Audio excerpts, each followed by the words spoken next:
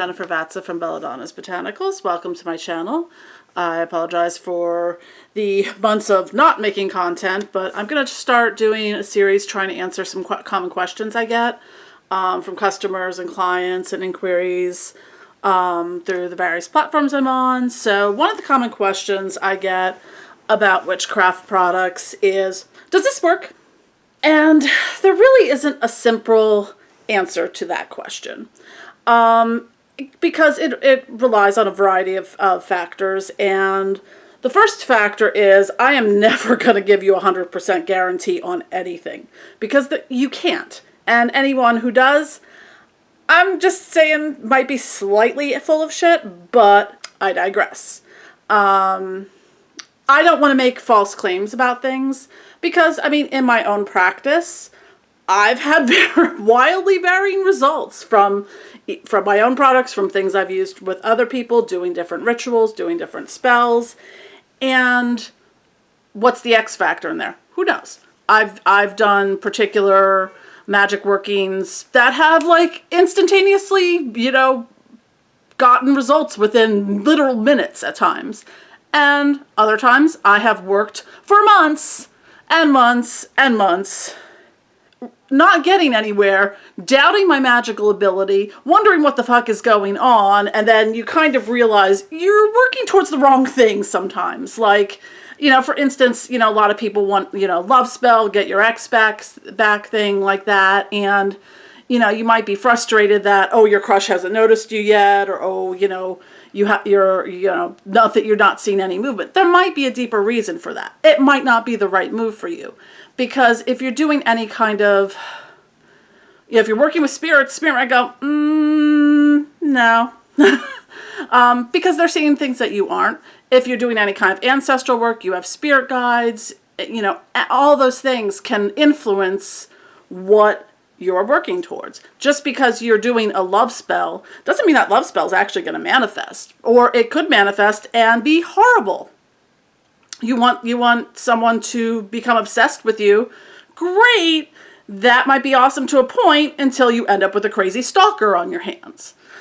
Or, when someone's contacting you to do a spell or something like that, and they're like, oh, I want this person to, fall in love with me and blah, blah, blah. And you're not getting the rest of the story that, oh, it's their crazy ex who has a restraining order, was abusive and all this, and they're trying to get their ex back. You don't always know that as a practitioner, because people will hide that from you. So it might not seem all innocent and, honky-dory. So in that case, probably not going to happen. Or if you're doing a kind of spell and you just expect that spell to, do everything, but you're not doing anything on your end to manifest those things. It's like, well, I want to meet someone awesome. Well, I might have to leave my house to do that.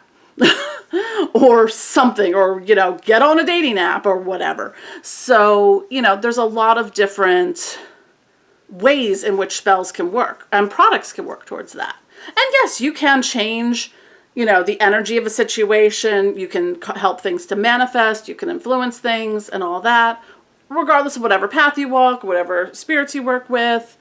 That's neither here nor there at this point. It's just that, and I've run into this myself, is you have to have a very crystal clear,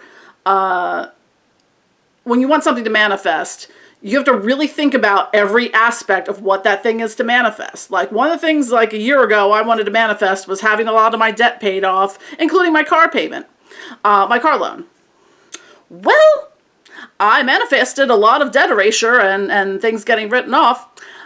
However, as I've stated in other videos, my car loan was paid off, but you know how that happened, my car got totaled. Luckily, it was parked on the street, whatever, but still, a giant pain in my ass, I'm like, that's not what I had intended. Great, I now don't owe that money. It was paid off by my insurance company, but now I have to go lease a new car, and I'm now spending 3 times as much as I was a month on maybe twice what I was spending previously on my car insurance and car as I am now. So, granted, I don't have any debt, and I'm leasing a car, but be careful what you wish for and word it well. That's one of the things I've stumbled into in my own practice, is just like, oops, I did not account for that. or when you're not seeing the big picture in things. You might be, like I mentioned earlier with the get your ex back thing. Well, there might be a bigger reason that is not manifesting for you. That might not be in your cards. There might be someone else out there for you. I mean, in that sense, I would say do a cord cutting and be done with it. Sure, things work out sometimes, but there's a whole variety of reasons that it might not. So I can't tell you if you buy this love spell oil that it's going to manifest every desire and stuff that you've ever wanted in your life. So that's just something to keep in mind. Like that, well, that's one part of the thing to keep in mind. The second part is, especially for people who are newer to witchcraft, because there has been a very marked uptick in interest in the occult and witchcraft and magical practices over the past several years. And, know what you're buying, because sometimes a lot of the questions I get, it's like, okay, well, I bought, some doom powder and goofer dust. How do I use this? I'm like, and you don't want to be buying things willy-nilly if you have no idea how to actually use them. And it's hard because I am neurodivergent. I am not a good teacher. I know people would love to learn from me. I can't explain what's in my brain a lot of the times, which is why sometimes there's big, huge content gaps in my videos production, because I'm just not in a place where I can explain to you anything that I'm doing. I'm like, all this stuff is in my head. I know exactly how to do what I'm doing. I can't explain it to you. So the thing for me as a product creator is that's my business.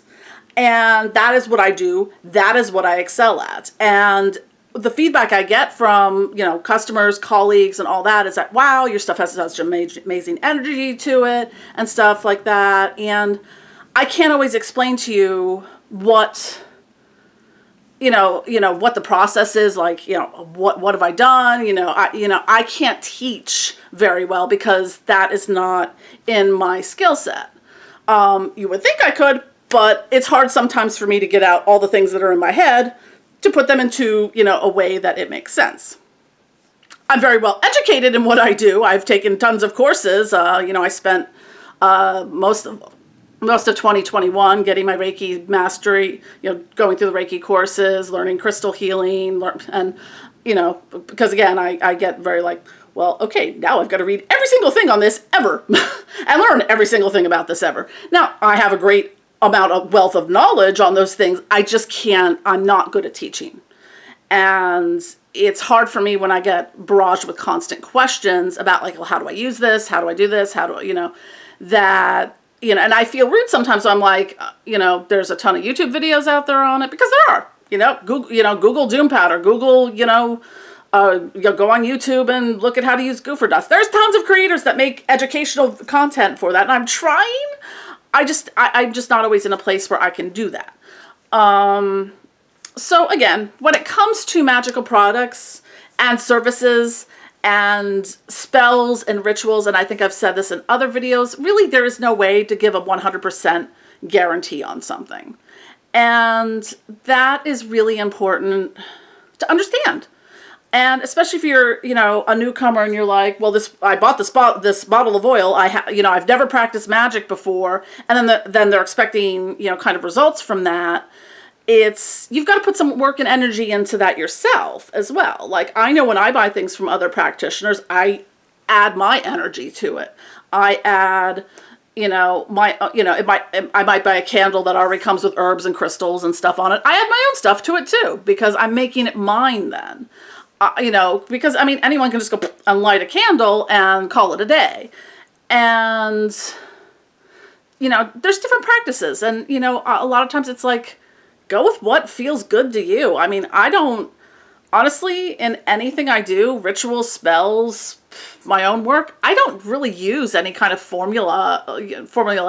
Some people are into ceremonial magic. And if that works for you, great. I can't follow that just doesn't work for me. There's too many steps and I'll just be like, and, just end up improvising anyways, because I'll probably have forgotten 10 things for it. So when I do things like, I don't really go, very rarely will I use like a written mantra or invocation or prayer or something like that. I just kind of go extemporaneously with it. Whether I'm writing a petition or a pact or whatever I'm doing in my spell work. I just do it on the spot because that's what works for me. You have to find what works for you. And it's different. And it's going to be different for everyone. So, you know, if you're taking a ritual bath, you know, I can give you a mantra to say, but, you know, that's, you know, I pretty much just, you know, think of my, you know, I visualize my intention, what I want, you know, kind of communicate, you know, with the entities that I work with if I'm doing like, say, an uncrossing bath or an energy cleansing bath or something like that. So it's just finding what works for you. And it's hard for me sometimes as a creator to convey that. I try to give as much information as I can. I'm just not always good at instructing people how to do things, because there's 100 different ways you can use some of these products. Like, you know, you have ritual oil, you know, I can put that in a jar spell, whether it's a honey jar, whether it's a baneful jar, you know, I can do that. I can use it to anoint crystals. I can use it to anoint, you know, statues on my altar or candles, or I can put it in, you know, depending on the oil, you can put it in the bath, some you can wear on you, some you can put on ritual objects, etc. So these things can be used in a variety of different ways and for countless different types of spells and rituals and things that are out there. So it's hard to have like, well, how do I use this? Well, how do you want to use this? And, you know, especially for things that are more baneful, it's like, well, yes, you can throw hot foot powder, you know, on, you know, someone's thing, but just, you know, keep in mind that there's a lot of caustic elements in it, and like, you know, it's got a pretty distinct odor to it. I've literally I've on several occasions now hot foot powdered myself out of my own damn house while making it, because when you're making it in that quantity and the amount of dust that comes up from grinding everything, I am coughing, like, I literally am going to get a hazmat suit just for making, like, hot foot powder and goofer dust, because I end up, from the dust of it, it just, I mean, I've got to wear goggles, I've got to wear, like, an N95 mask, and even that doesn't fully help. So these things sometimes have caustic ingredients in it. It's like, okay, well, you can use this, but do they have small children? Do they have pets? You don't want to cause harm to someone, you know, intermediary to what those ends are. So just knowing those things. And that's why I'm always open about what I put in my products, because I want people to be informed about what's in them. So it's like, well, I threw some doom powder on you know, my idiot roommate's thing, but I've got 3 cats. Well, maybe you don't want to do that because you don't want your cats to get sick. So in that case, I would use it on a candle spell or in a jar spell to, you know, do that, keeping safety in mind. So again, getting back to the original point, because if you've ever watched any of my videos, I can easily get off track because, hi, ADHD amongst other things. Do these products work? Do they actually work? I don't want to say it's insulting to ask that, but it really depends on you. I mean, I put all my energy and effort into making quality products, and everything in my house is in an energetically, you know, magically active environment.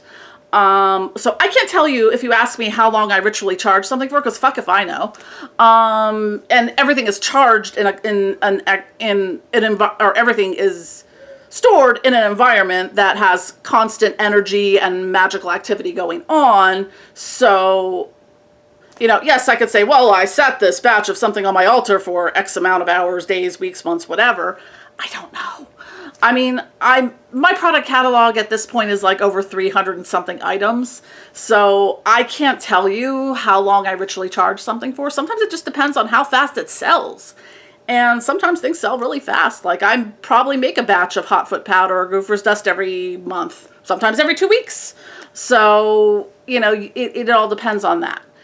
And it's not saying that if it's only 2 weeks or it's been sitting around for a year, I mean, yeah, it might have a little bit of different energy to it, but everything is always going to have different energy to it, because I always have different energy to me, and I always have different things going on. So, you know, but it's charged with that intent. It's made with that intention and the magical energy that was put into creating it. So can I tell you if any products, my products, anyone else's products are 100% guaranteed? No. And no one, and neither can anyone else, really. I can't tell you how long it's going to take for something to work. It could take 30 minutes. It could take 3 months. It could never work. It really depends. And there's times when I've done spell after spell after spell after spell on something, after month after month after month, and I get to that point where I'm like, oh, this is why this isn't working. It's not supposed to work. I wasn't, I'm so focused on, this thing right here where I'm not seeing what I'm supposed to be seeing, and working towards that instead of this. So, and be specific when you're doing your spell work, and especially for manifestation things, because don't want to get your car totaled in order to pay off your car loan. Take it from me. That was a giant pain in my ass. Anyways, thank you for watching. Don't forget to click like and subscribe, and I'm going to try to make more content. I do apologize. Love you guys.